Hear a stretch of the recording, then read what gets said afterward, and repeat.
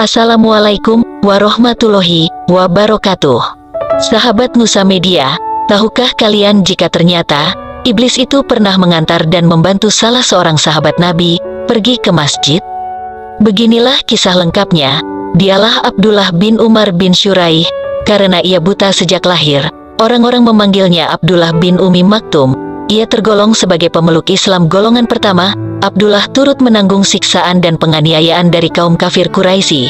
Namun, kekuatan imannya serta kecintaannya kepada Allah dan Rasul-Nya lebih agung sehingga ia tidak pernah menyerah sekalipun siksaan kaum Quraisy kepadanya begitu sadis. Di balik kebutaannya, Abdullah tetap rajin memanfaatkan waktunya untuk menimba ilmu tentang Islam. Bahkan sekalipun ia buta, ia tidak pernah meninggalkan sholat berjamaah di masjid. Hingga tiba pada suatu waktu, Abdullah datang menemui Rasulullah Shallallahu Alaihi Wasallam. Ia ingin meminta izin pada beliau untuk tidak menghadiri jamaah sholat subuh lantaran tidak ada yang menuntunnya ke masjid. Wahai Rasulullah, bolehkah aku meminta keringanan untuk tidak mengikuti jamaah sholat subuh? Tanyanya. Apakah engkau mendengar azan? Tanya Rasulullah balik. Ya, jika begitu, tidak ada alasan bagimu untuk meninggalkan sholat jamaah. Abdullah tidak berkomentar apapun. Ia menurut atas apa yang telah diperintahkan oleh Rasulullah.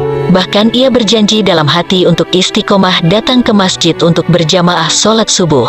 Pada suatu hari, ketika Abdullah bin Umi Maktum hendak pergi ke masjid untuk sholat subuh. Selang beberapa saat berjalan, Abdullah tersandung batu. Ia jatuh tersungkur dan kepalanya kena batu, darah pun mengalir.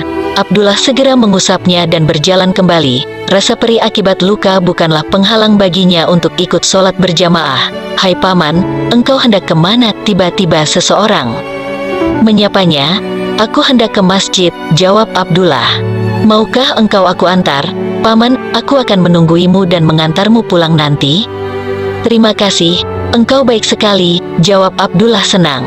Ia bersyukur karena Allah mengirimkan penolong baginya. Ternyata, bukan hari itu saja orang itu menolong Abdullah. Setiap hari ia selalu datang untuk menuntun Abdullah menuju masjid.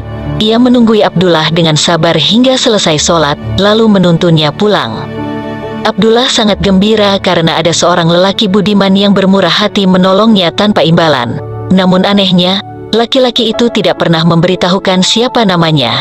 Setiap kali Abdullah bertanya, ia selalu mengelak. Hingga pada suatu hari, Abdullah benar-benar ingin tahu siapakah laki-laki baik hati yang telah menolongnya. Siapakah namamu, wahai Fulan? Tanya Abdullah. Paman tidak perlu tahu namaku, jawabnya. Jika begitu, jangan menolongku lagi. Aku tidak mau ditolong oleh orang yang tidak aku ketahui namanya, kata Abdullah. Mendengar jawaban Abdullah, orang itu tampak bingung. Ia ingin menuntun Abdullah setiap hari.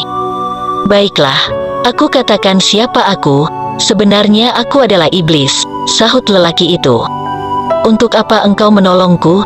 Bukankah pekerjaanmu adalah menghalangi kebaikan? Tanya Abdullah. Masih ingatkan engkau saat pergi ke masjid lalu engkau tersandung batu dan berdarah? Tanya iblis. Ya, aku masih ingat, jawab Abdullah. Aku mendengar malaikat mengatakan bahwa separuh dosamu telah diampuni karenanya. Aku tidak mau engkau terjatuh lagi hingga habislah dosamu diampuni semuanya. Abdullah terkejut. Rupanya lelaki budiman yang menolongnya adalah iblis yang tak rela dosa-dosanya diampuni semuanya. Itulah iblis, yang tidak pernah senang hamba Allah mendapatkan ampunannya, dan akan terus berusaha untuk menjerumuskan manusia pada dosa dan maksiat.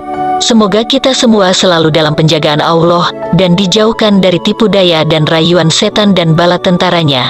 Amin ya robbal alamin.